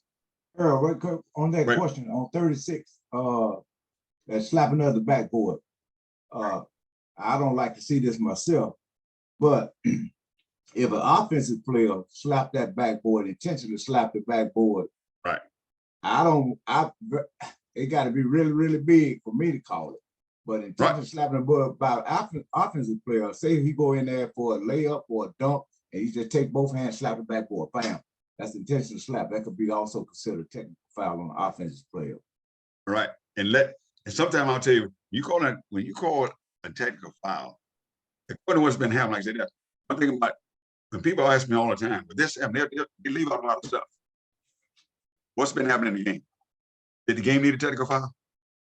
Sometimes you all know, hey man, this game did not go. They're not doing nothing to cross, but sometimes the game, that technical foul brings what? Everything back. So you're in the game, and look, because a lot of times we have a technical foul is what? Breaking of the technical rules. Sometimes we say, oh, man, that was a good technical foul. Sometimes, because again, the way I look at it is like, you got to either correct call, incorrect call, quality call. But sometimes I'll be in the game, and I'm glad, it might be marginal in another game, but in this particular game, that technical foul was good. But that game probably needed that. You know what I'm saying? So trust your instincts. Hey, when you all talk at the quarter, you talk somewhere, look, hey guys, again, so I don't want to be like, hey, this is all black and white. But Darryl saying at that game, the way that guy, screaming, he's right. They're doing the Superman, they're doing all kind of stuff. They don't do enough. But then, and you see where the game is headed. Kind of ask yourself that when you get ready to do that, hey, this game needs this here, especially because a lot of times things warranted, because we don't give a what.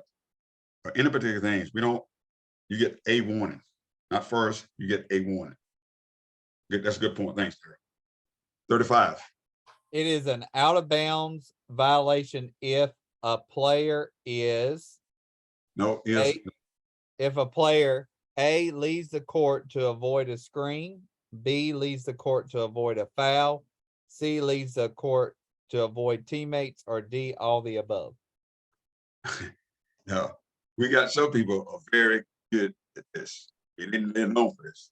We had somebody in our association called this in the state championship game. I mean, and it's one of the plays. I mean, again, hey, anybody having a question?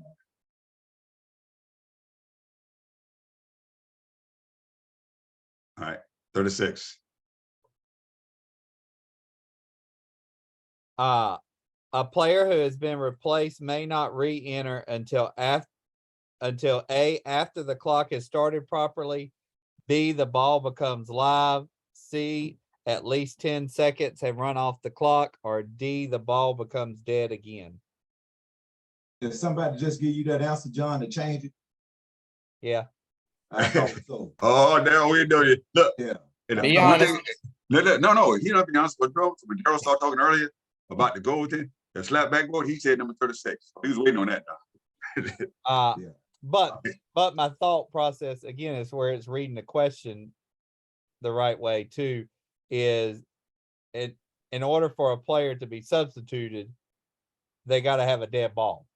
Right. So again, guys, that's why we do this. You know what I'm saying? Right. Those that came to the bank the other night about speaking in terms of basketball. They say it about substitute that. You direct the player out of the game. You know, for whatever reason. The people, they call a timeout, they can't buy themselves back in. All right.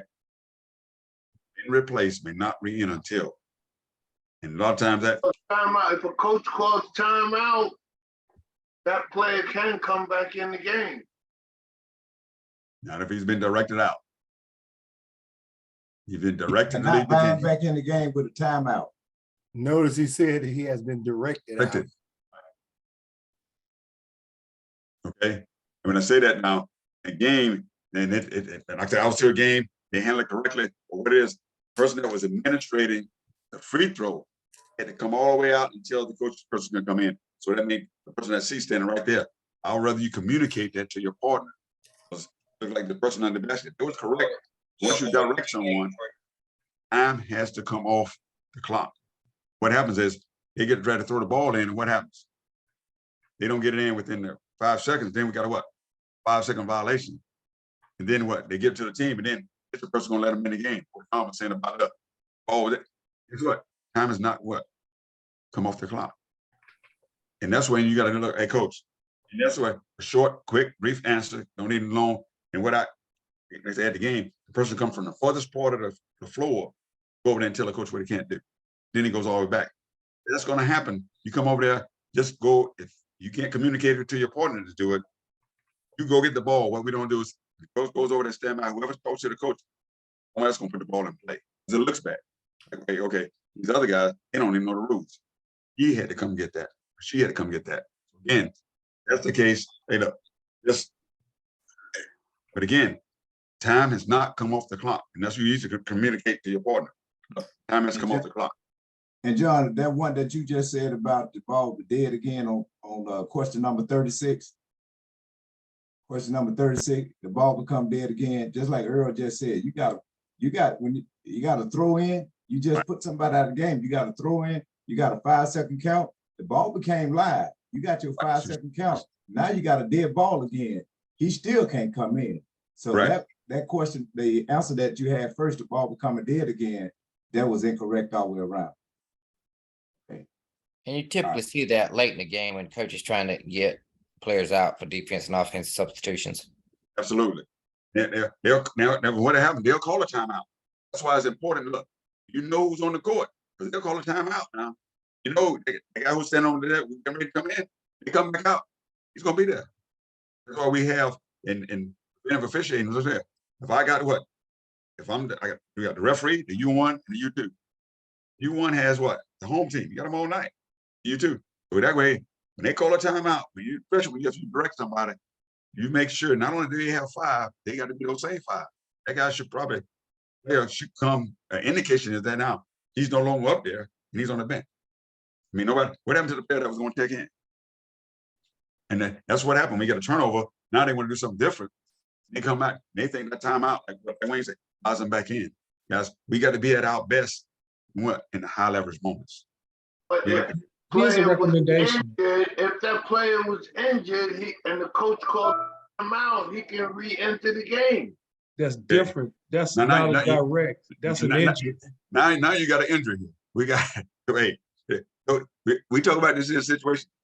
So we direct the player to leave the game because his shirt's out. So we have directed him to leave for failure to be in uniform compliance. Right. So we can direct the player. Direct the player to leave if the coach comes out also. If you tell the coach to come out to check out the player, you're going to direct that player to leave the game. Right. That's part of the rules. If they come out, that's why we always do what? We ask the player, Mr. Coach, that's why we do preventive officiating. We got somebody always table side, right? Either you'll see or the trail, you're going to be back there. Coach, hold up. You give him stop sign. Wait, hold on. Because what we're doing to do, hey, I'm going to check on my play. Okay, coach, you come out, he has to go. Again, guys, we want to what preventive officiating. Okay, but it's not when say it's not about injury. And say then when he's directed, we don't make a player come out. We're like they get blood, they can do something within what 30 seconds or something. We're gonna give them what that opportunity. We want the coach to win or lose. We want him to. The coach knows what players they want on the court. It's not us. Okay, they know what players they want. But again, we got to make sure what they legal and properly equipped. Can I allude to that comment? Yes. Yes.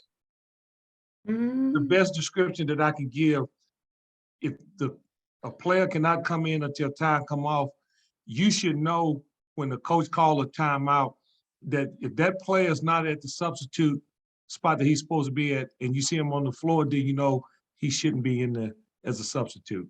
So always identify who's your subs are prior to a timeout and the spot of position. That way you won't have that problem. That's just my 2 cents.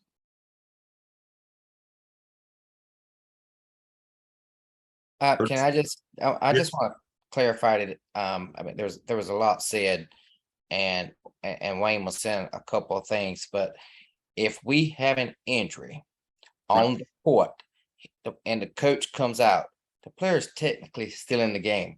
Correct. If coach calls a timeout and they all go to the bench, that player can come back in the game.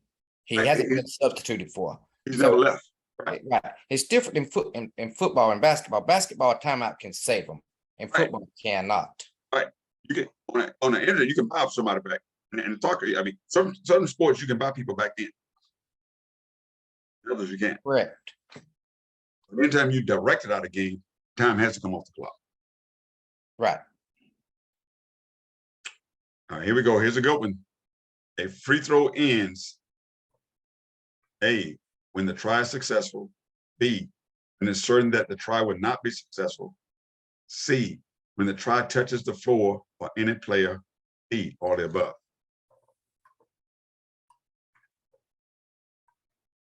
"38. A try for goal on a free throw attempt shall be made within A, 10 seconds, B, 15 seconds, C, 20 seconds, D, 25 seconds.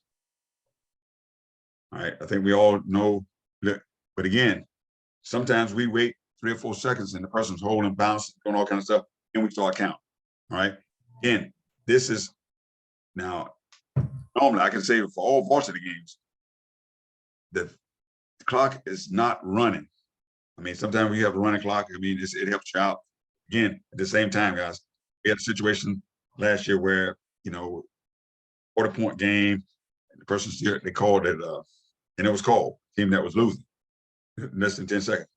Again, guys, again, if things falls in 3 categories, when I look at it, when I come to the game, correct call, incorrect call, quality call. Now, we'll talk about that later, but just recall that.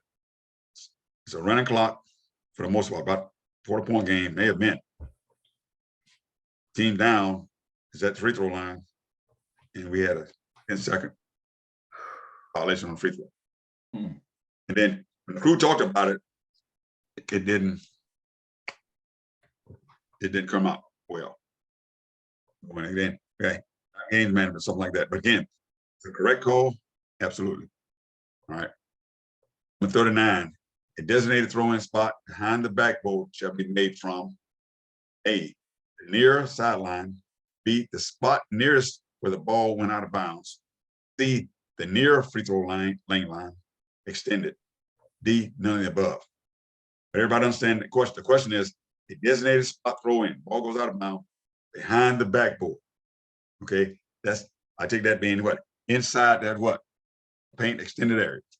Free throw in C. All right, here we go. That's I was going to say, you got to understand that's why those that came to the clinic on Sunday, that's why we talked about near lane line, far lane line, and all the different things on the court. You got to understand the question. Near sideline, the spot nearest where the ball went out of bounds, the near free throw lane line extended, none of the above. See, sometimes when you read it and you can visualize, okay, what it is. We had the basketball court up there. Any questions? Our dribbling the player considered in the front court win. Either foot and the ball touch the front court. B, the ball touches the front court. C, both feet and the ball touch the front court. D, both feet touch the front court. The easiest way, I think a few years ago, we had that, and I have a couple of plays. I won't show you tonight because but we always know what it's supposed to be what? How many points? 3. I mean, what? Both feet and what? The ball. Last 10, guys. All right, 41. If the player awarded the free throw attempt is withdrawn from the game because of injury. If the player awarded the free throw attempt is withdrawn from the game because of injury, the free throw shall be attempted by A, the injured player substitute, B, the last player entered into the book who is not currently in the game, C, any of the remaining 4 players in the game are selected by the coach. D, none of the above. Or everybody say it at once. Hey. I know. There you go. Hey. Hey. All right, now let's talk about it. Guys, this happens. All right, this happens in the game. And this is what sportsmanship and everything else. The person that gets fouled, then all of a sudden he's hurt. All right. Again, who shoots the free throw? I mean, who doesn't agree with A? You don't agree with A, just tell me why.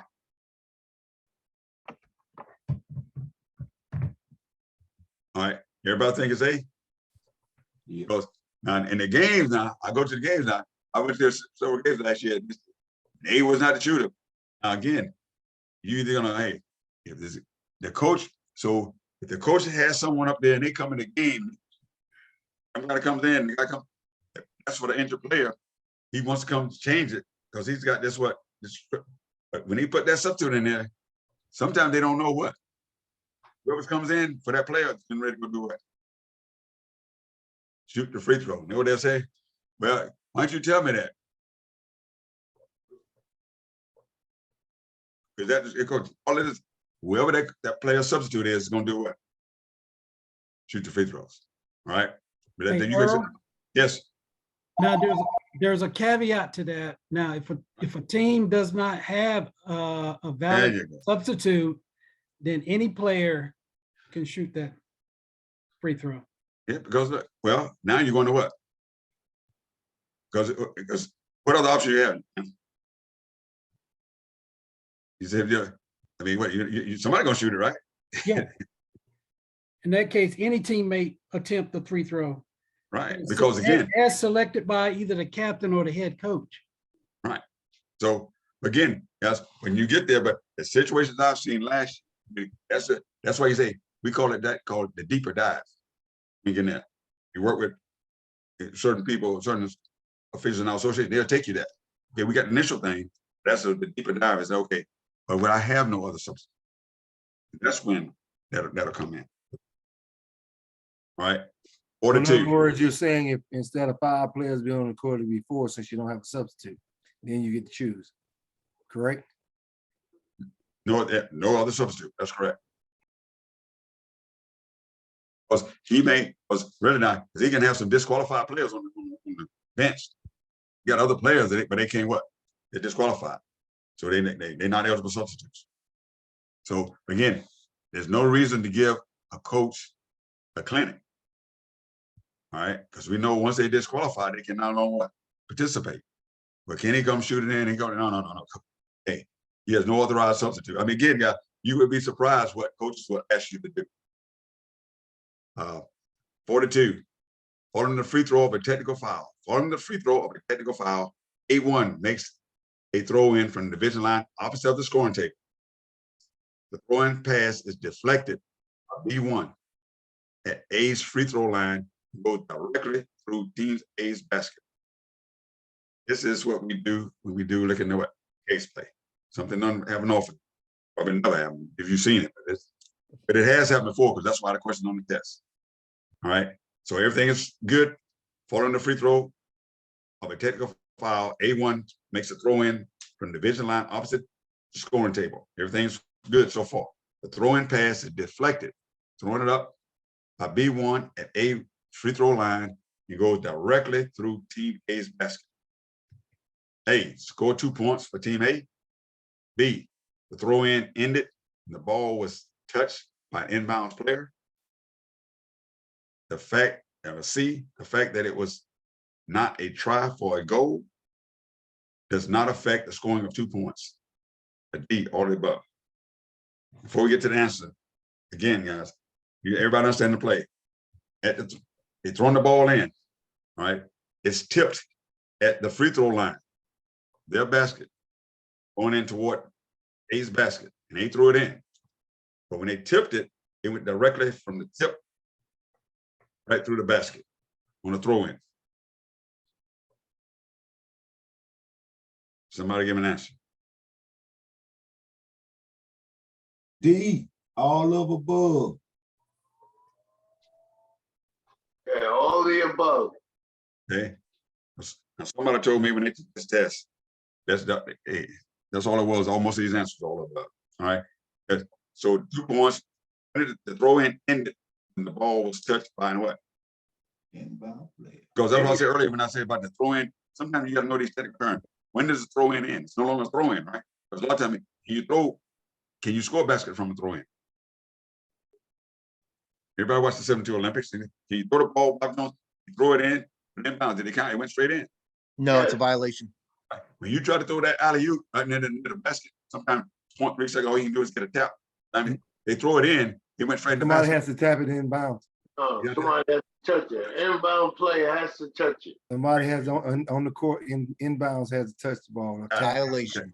Causing the ball to go in the basket on a throw-in. The fact that it's not a try does not affect scoring of 2 points. Okay, here we go. 43, a player may dribble a second time. First dribble ended with loss of control due to A, a pass that has touched another player. B, a try for a field goal. C, touching of the ball by an opponent. D, all of the above.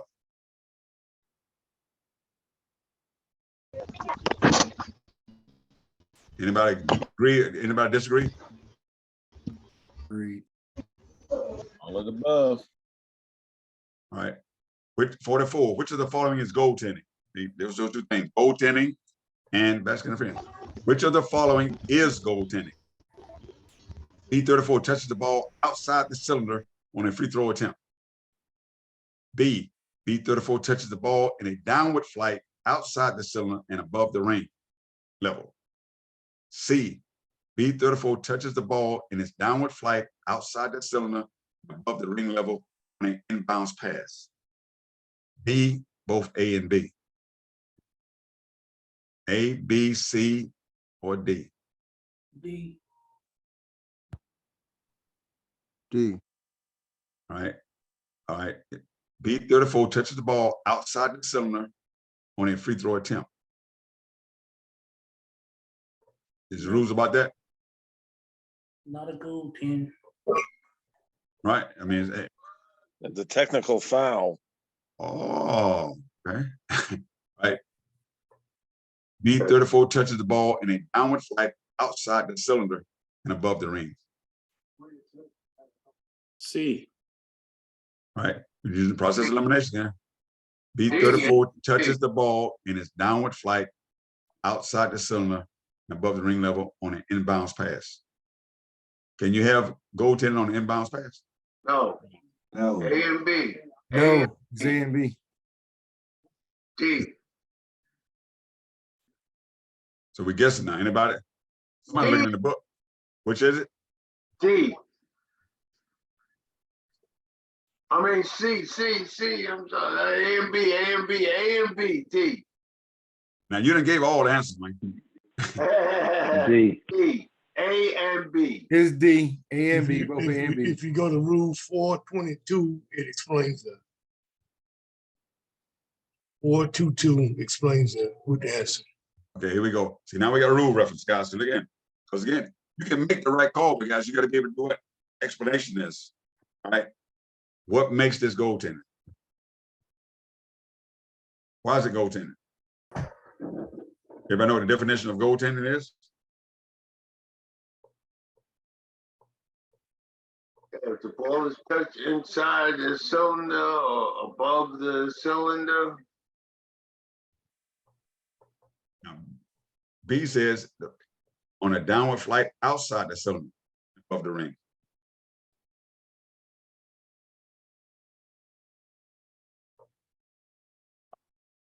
and above the rim. Right, above the ring Also level. says above the ring.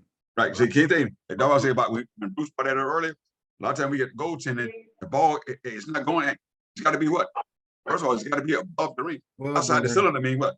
Is it going to it? The guy, It's going to, somebody it. gotta He visualize that. stopped it from going in at the front or side or wherever, yes. Right, because people don't, whether it's outside, it's going, they shoot it from the right side, it's coming, going that way. If it's above it, you go over there and you stop it from going. Some people think it's gotta be, and that's why we get that little circle, hey, that's goaltending. That ball don't have to be in the cylinder. Once it's above it and it's going toward it, stop it from going there. Is what I'm saying, coming down, outside the cylinder, coming down. That's what they were saying about outside the cylinder on a free throw attempt. 45. Sometimes we go some videos in there, right? Let me go ahead. A player may legally jump in front court. Pure control of the ball with both feet off the floor and return to the floor with one or both feet in the back court. Right? We know they can do it, but now we're gonna see what? When can they do it? And when is it legal to do that? All right, a player may jump legally. A player may legally jump from the front court, secure the control of the ball, both feet off the floor, and return to the floor with one, both feet in the back court. A, doing the jump ball. A, B, doing a throw in. C, while on defense, all of the above. Guys, just be careful, guys, on the defense. When you go in this transition, by the time they go on in defense and transition and throw the ball, and you get a player going from his back court toward his front court, and going to his back court, he jumps and catches the ball in his front court, and he lands in the back court. We call it a back court, right? Everybody on defense.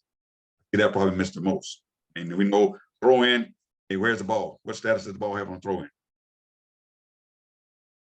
What status is it? The back court, front court? I mean, again, where they throw the ball in, I guess those are 3 times. I mean, and when we do those things there, guys, it's better when it's a jump ball, because that's what started the game. We want to get that right all the time. Next. Anybody have a problem with their videos? Any of the videos causing anybody trouble? You think it was easy? What? There was Any one comments? video that I thought, the one about the shove, we talked about it a little bit earlier. That was a foul all day. Yeah, I mean, we did have a problem thinking of what was it, Tom?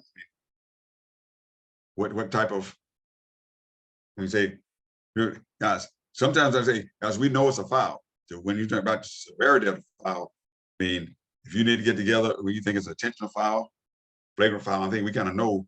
And one thing somebody said earlier in the clinic was, hey guys, if it's a non-basketball play, I'm coming up behind you and I make contact with your back side, ball's in the front of you, you want to toward the basket, just ensure with that person making a basketball play. All right, you got to ask yourself that. Somebody comes in, sometimes they're going to come and foul, there's no problem with updating that foul. Okay, if you see something, guys, Sam was saying, I think, but he just alluded to, hey, look, it's foul all day. Sometimes, guys, we have a tendency, we don't want to call that foul, but again, dangerous plays, guys, those things there can lead to other things, especially early in the game. That's it. We're gonna let them. We're gonna put our mark on the game. Tell them, look, this is how the game gonna get played. We're not gonna let the person's up in the air and making contact with them. However minor, it doesn't take much. You're in the air, and come to take your legs out and do different things. Anybody got, the test should be non-starter. I should be able to, hopefully Thursday morning, the day is Tuesday. Thursday morning, we should have everybody taking the test. And everybody should be, yes. I know Mike said it in the chat, but if anybody, there should be there may be 3 to 4 questions that were not on mine that is on other people's.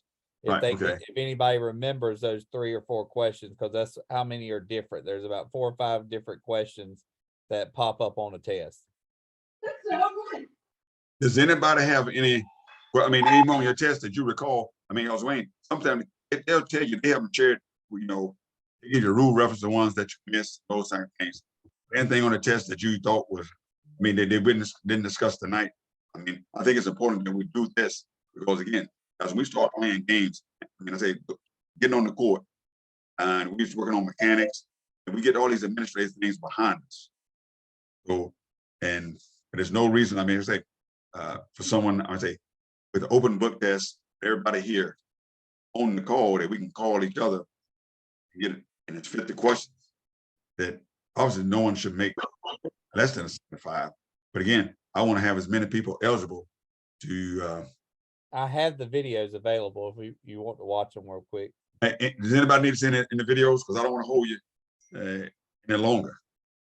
I mean, we got 4 to 5. I mean, does anybody have any questions on the videos? Anything they want to? I don't have no question on the video, Earl, but I do got a question on the sleeves again, because I've just got through reading the rule book and I don't see where it says both sleeves got to be the same dimension, same size on both arms. I'm not seeing that. I'm not Okay. seeing All right. Anybody got any other question? I'll get a note of that, guys. I'll put that out. So what I'm doing, I'm going to send some information about the scrimmages. What I got. Okay, some people are going to get assignments tonight or 4 days in the morning or Thursday. And those will be the individuals that has been worked there over the summer, everything else. Anybody got anything else? We got the uniform or the sleeves, the undershirts. Anybody got anything else from tonight? Update your availability. Again, a lot of scrimmages on jamborees on this Friday, on this Saturday, and next Saturday. They're all scrimmages during the week. If you normally you don't update your schedule on Friday the 10th, there's going to be, when I say Friday, I think Friday 11th. On actually, I know Jack Britt and West Bladen is going to scrimmage at 10 o'clock in the morning. On that, and I think on the holiday, I mean, I think they don't have school, but I'll put every scrimmage I got, you'll be published tomorrow. I'm going to say published to be UBSC. I'm going to list them all just like I did. I guess those that did football, put the games out there. And if you know, make yourself available for those. I'll sign you one. If you want to go to a certain scrimmage, let me know. Those that I get invited personally on Thursday, I might ask some people to come over there and kind of help with the people starting as far as, looking at their mechanics and, use of the whistle and everything else. Like, we got blow whistle going to the reporting area. We use the 2-hammer reporting command standard. So we got a lot of moving parts. I mean, we got Sunday, Tuesday, on Thursday, and Thursday, like I say, we're going to have some games on Friday and Saturday this week. Anybody got any other questions or comments? I do, real quick. Could you clarify what you said about the mechanics manual? You said you send an e-version to some people, but not to everyone. Right. I mean, it may not. I said. I mean, the ones I didn't send it to was to say the guys who I thought had the book, but I mean, I got a few of them. Keith, if you didn't, I mean, I guess some individuals that did not. I mean, like I said, I know when I say Daryl Jenkins showed me here. I know some people. We've had the same book for like 3-4 years. We've had it since 2019. You didn't get one, Keith. Anybody else who didn't get the electronic version today, I said, been 4 days in the morning. Hey, just shoot me a text message. So I didn't get the version. I didn't get the manual. Right? But it's the same, Keith, it's the same one. And I do have a few of those. I will, I say that's. The 2019. Oh, 21 okay, version. okay. I thought that was a new one. Okay, I got that one from last year. Yeah, you just went to the regional. I know you did. That's all. Again, guys, now if you guys want it electronically, again, I'm going to ask that you all do certain reading out of those things, and I will have the guys kind of expound on that and kind of talk about that. I suppose Keith, that's good you brought it up. I gave you the electronic version anyway, so you can look at it. And again, guys, you can put it on your phone, anything else, because that's what we primarily going to work out. They got both the 3-person section and they got the 2-person. They all learn 3. It's easy to go from 3 to 2 than it is from 2 to 3. Anybody else? If you haven't got, if you didn't sign in, please sign in, or if you need me to do it, you need to stay on after Errol dismisses. It's a couple people. Question. Go. You said that this past Sunday, I never got no notice about this past Sunday. Well, I need to send you a test email message. You should have. Did you get an email message about this clinic tonight? Yes, I did. I didn't get anything about this past Sunday though. Okay. I would not have missed it. Oh, yeah. Oh, you okay. You did. So I got you. I will. I'll find out why, because I sent when I send that thing out in mass, whatever email address you got on there, you should. But again, thanks for bringing that to my attention, Wayne. I'll look. Some of you always send a test email. If you want me to send you a test email. Hey, Earl. Yes. Hey, this Pete. I didn't get anything about last Sunday neither. This is my first time hearing about it tonight. Okay. See, and I sent that out on an email from the same thing. I will send you guys a test email tonight when I get off here, because it should be going, because all I do is sit the whole basketball group. When I click on it, I don't even click no names, anything. I just click on basketball. It sends everybody who's in that group an email. But if you didn't get one, guys, that's why I say send it to me, because again, it's some of these things here, does works, doesn't work.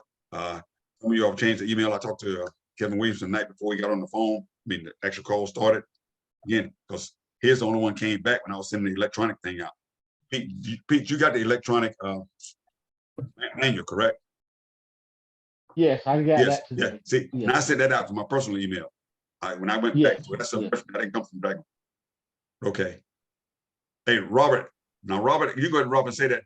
Hey, correction on 356. Robert, go ahead and tell us what that was. You talking to me, Earl? No, Robert put something in the chat.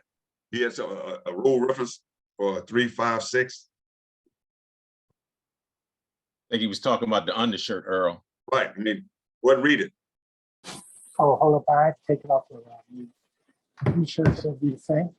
Single solid color, similar to the torso. The jersey shall be hemmed, shall be hemmed and not frayed or ragged.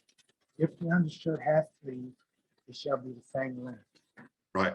There we got it. Everybody hear that? Hey, thanks, Robert. Yes. Because sometimes you cut them off, they do different things. You got to be the same length. That's it. Because again, guys, we all want to be the same. Hey, thanks a lot. Appreciate that. That's what we're gonna. Everything we do, guys, we're gonna make each other better. That's why we all get on here. Hey, good showing tonight. We had 91 people. Guys, again, you can't, if you're not getting something, tell somebody. Make sure, share it with me. We'll run those systems. Now, you get an assignment for November. Hey, that assignment is real. If I give you an assignment now, this week, it says December, accept it, then I'm gonna take you off of it. Every assignment you get for November, look at the date. The November assignments, you need to show up and go to that assignment. December, gonna do some things, put people together, link some games, single games, just to kind of test the system. We met today. Auburn is still making some changes. There's going to be some more, a little work in progress here as far as we going. And some things going to be taking effect hopefully by Thanksgiving. Others won't be to the first of the year. But again, I will be doing some things. Hey, no problem. I had for our clinic today with ADs. I had some people. I put Larry Marcy and Tommy Underwood on a game, and Tommy sent me an email. I said, "Hey, Errol, is this a text message? Is this real for the day?" No, just for the day. guys, that's how to communicate. If you get something you're not sure of, just check. Because this is new to the private schools, it's new to the public schools, it's new to us, new to everybody. That's all I have. John got some administrative stuff.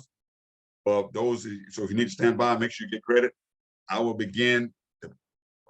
I'll send some to Vincent Harper and everything else, guys. I'm gonna get out to you. I have a few of those books. I will ask some of you to come out on Thursday. Probably get with a small group, 6, 7 people, if that's small, get on one end of the court, go over certain things, go over to another part of the court. We're probably gonna use both gyms in its entirety, but we're not gonna have a lot of, we're not gonna have 50, 70 people there. We're gonna have one person supervising, and when I say supervisor, working with about 6 or 7 people, kind of hope to get in a small group, kind of get everybody up to speed. Some people will have an assignment for sure on Friday night. So if you can work on Friday night in a game type situation, I think they're gonna work like real games over there, Freedom. I'm gonna reach out to you and anybody else who can go over there. I'll let the guys know because we don't have our cards yet. And I'll send them a list of, hey, these, if you want to go over there and watch to see what right looks like, I want you to go over there and check it out. All I have for tonight. Thanks a lot. The only other thing before we go is I said Sunday I was sending out reminders. If you're missing stuff, I would have them out by tomorrow. The priority right now is scheduled, so it might be a little bit Thursday or Friday before I can get those out because we're trying to get schedules in. They just some of them coming in. Yes, some people playing real games next week. Cleo, Vincent, some of them guys, they have not put. I'll let you know. Like some things, you don't put out something that you didn't have. You got an email or a text from me right after that. That means I got that covered. Right. So again, my job is to get everybody eligible and ready to officiate. So that's what my goal is. That's what I'm working for. Thanks, and I'll see some of you all hopefully on Thursday. Thank you. Hey, John, this is Billy.